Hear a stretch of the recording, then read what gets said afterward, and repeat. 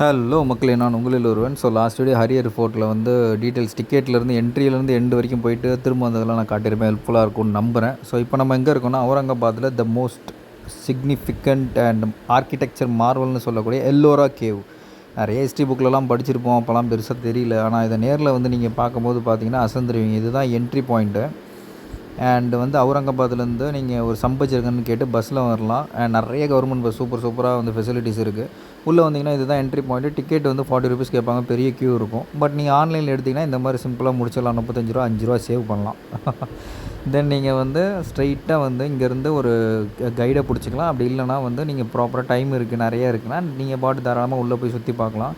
13 செஞ்சுரியிலேருந்து 16 century வரைக்கும் செதுக்கப்பட்ட சிலைகள் இது.